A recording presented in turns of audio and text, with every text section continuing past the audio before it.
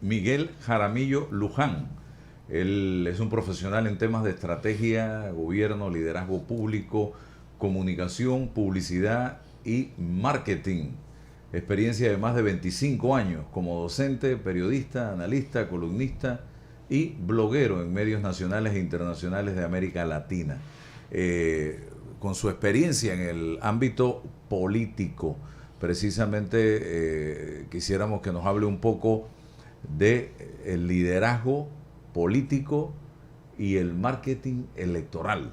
Hablemos un poquito de esto para comenzar. Nosotros acabamos de salir de una elección en mayo de este año. Muy extraña esta elección en Panamá, me imagino que usted está al tanto. Colombia, que es su país de origen, va hacia una elección donde hablábamos precisamente de que es el momento en que las mujeres han tenido más opción de llegar a ser presidenta de la República por primera vez en Colombia. Bienvenido. Álvaro, muchísimas gracias por tu invitación acá, a tu cabina, a tu equipo de trabajo y también obviamente a Radio Red. Sí, es una coyuntura específica en toda América Latina. Hemos tenido pues las elecciones de Estados Unidos, de Dominicana, las elecciones panameñas aquí pues obviamente durante este año 2024, con una serie de factores en clave de opinión pública que son muy llamativos. Una emergencia de un voto rebelde no partidista de alguna manera, una explosión también de la participación femenina, no solamente en la votación, sino también en la, digamos, presencia en algunos cargos importantes, una emergencia de cierta opinión del metro cuadrado que se sale del espectro político, un péndulo castigador que va al otro extremo en el caso, o al centro más bien, en el caso del gobierno nacional anterior, y alguna presencia de una serie de movimientos alternativos que están floreciendo en Panamá con base en esa inconformidad con los niveles de corrupción, con la crisis económica y sobre todo con los niveles de desempleo tan altos que ha comportado el país durante este año. Ok, vemos un fenómeno en América Latina como es Bukele, y a muchos presidentes, muchos pueblos que anhelan tener a un Bukele gobernando el país. Igual políticos que prácticamente se disfrazan de Bukele para tratar de obtener el voto. Háblame un poco de esto. Pues Álvaro, gracias a estar ahora en Panamá, que vengo con frecuencia por diferentes temas, pero hoy estamos, como ponentes en este Diplomado Internacional de Liderazgo y Estrategias Electorales de Aparlexpa de la Universidad ISAE. Pues varios de los casos que traemos análisis de nuestra ponencia que sobre marca política versan precisamente a partir del grave error que cometen los políticos de querer parecerse o ser pequeñas copias. Entonces a uno, muchas veces en mi firma me buscan personas que quieren ser el Nayib Bukele de Cartagena, o quieren ser el Javier Milei de Coclé, o quieren ser Margaret Thatcher de Barranquilla. Y yo les digo, ¿por qué no se atreven a ser ustedes mismos, a explorar su propia mismidad, su propia esencia, tratando de ver cuál es la problemática del territorio para poderla entender? Un hombre como Nayib Bukele fracasó en Santa Tecla o como alcalde de San Salvador, pero es un presidente exitoso. Un hombre como Javier Milei lleva 13 años posicionando una marca como el Peluca Milei. O sea, no es un tema de la casualidad. Entonces, son factores de construcción de marca, de campaña permanente, que los líderes políticos tienen que empezar a entender, porque la hiperventilación mediática, redes sociales, ecosistemas y demás, está haciendo cada vez menos posible que puedan ocultar sus verdaderas intenciones frente a un electorado que cada vez los ve más en diferentes escenarios. Y los puede ocultar. Trump, por ejemplo. Que no es un héroe, es un villano. Entonces en política hay que desmontarse de ese tema de que hay que ser un ángel del cielo o hay que ser lo mejor del mundo para ser votado.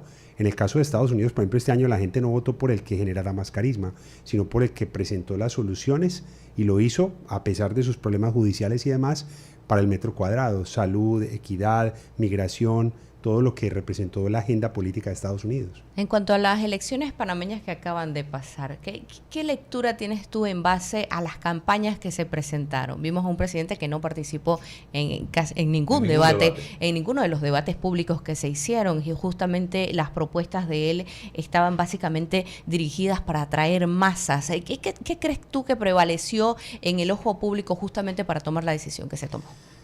Yo siento que prevaleció la trayectoria y los logros durante el gobierno de Martinelli, en un endose hacia un líder político no tan conocido, sino más bien un gregario, digamos, que ha ido emergiendo como líder político, que tuvo un gran favoritismo, pero fue un péndulo castigador directamente al gobierno anterior, a unas promesas que no se cumplieron, a una propuesta que no se ejecutó en su mayoría. Por eso la desaparición del presidente, digamos, de alguna manera dentro del debate político, porque contaminaba directamente. Y en este caso se importó un modelo que no era moralmente correcto, si lo decimos a nivel legal, pero que sí era o fue eficiente en su momento para Panamá y que se ha querido emular. En contraste, en estos 6 meses, yo creo que los indicadores de gestión pública y los indicadores, más allá de que me guste o no, los indicadores como tal no hablan muy bien de alguien que fuera un exministro de Hacienda y que debió haber entrado con políticas de choque más fuertes frente al tema del empleo. En el caso de Mulino, y voy con Mariela, el actual presidente de Panamá, evidentemente el endoso de Martinelli a su candidatura es lo que hace que él llegue a la presidencia de la República. Mulino 3 meses antes de ser candidato estaba en la hamaca, acostado, descansando, no tenía ningún proyecto político en ese momento. Hoy estamos viendo una especie de diferencia públicamente, no sabemos si es cierto o no, entre Mulino y Martinelli. Hay un compromiso de ese que ganó gracias a Ricardo Martinelli, que hoy está asilado en una embajada, porque se han dado casos similares en otras regiones del mundo de políticos que llegan a la presidencia gracias al endoso de otro, caso Uribe, con Santos, en Claudia Sheinbaum con Andrés López Obrador en México, en Ecuador Correa con Correa. Sí, claro. Hay un compromiso y se respetan esos compromisos. ¿Qué pasa ahí? Es un tema bien interesante, lo hemos convertido en modelo de estudio, incluso tengo un paper al respecto, y es todo ese poder hereditario en cuerpo ajeno que se da dentro de la política. Finalmente es un choque de 2 egos a largo plazo. Entonces yo creo que la relación Mulino-Martinelli para mí le quedan 6 meses. Y ahí puede haber un fuego amigo interesante, digamos, que pueda generar un debate, o puede ser un tema no controlado. Por lo que hemos visto, frente a la espontaneidad, frente a la forma en la que salen los mensajes desde allí, desde la Embajada de Nicaragua y demás, y frente a ciertas bombas de humo que ha mandado el gobierno panameño, a mí me parece que es una relación que no está muy fortalecida ni es muy débil. Y finalmente estamos hablando de 2 seres humanos con 2 intereses y una persona que obtiene el poder y que finalmente, así el otro le haya endosado los votos. Es el caso de los Fernández en Argentina, es el caso de Correa en Ecuador, es el caso de Uribe de Santos en Colombia. Finalmente ese ser humano quiere gobernar con su propia identidad, con su propio equipo y termina yéndose. Mire usted la historia y todos terminan yéndose y termina generando o una oposición o una tensión con ese endosador. Mariela. Sí, Miguel, buenos días. Yo lo que veo es que, primero que nada, que aquí en Panamá decimos que el policía votado no pone boleta. Y yo creo que esa es una máxima que conocemos todo y que es parte de la psicología pueblerina, pero que es real. La gente sube al poder o alguien sube al poder con el endoso de unos votos y prometiendo muchas cosas, pero cuando estás arriba tú quieres tener tu independencia, quieres poder tomar criterio y no quieres tener un jefe, menos si el puesto por el que llegaste es el de la presidencia de la República. Y yo lo puedo ver y lo puedo entender. Y además, cuando dijiste la palabra egos, si se trata de José Raúl Mulino y de Ricardo Martinelli, créeme que ese es el elemento fundamental. Ambos son personas con un ego muy alto y con mucha testosterona y ganas son dos toros enfrentados. Pero me llama mucho la atención el tema de cómo los antivalores han ido privando sobre los candidatos, y no puedo decir que solamente en América Latina.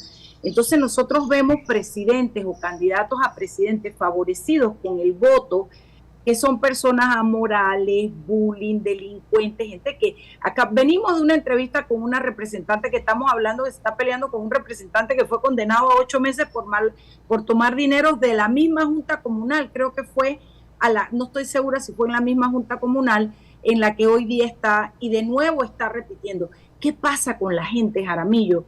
Que se decanta por el antivalor, por el maleante, no importa lo que son como cantos de sirena, lo que te dice tú lo compras y no hay reflexión, no hay un pararse a ver, no hay moral, no hay valores, que tú digas cómo yo me voy por esta tendencia con este tipo de personajes. Cada día más lo veo en la política José Raúl y emergiendo Mulino, presidente de la República. Sí. Conteste, por se favor. fue la...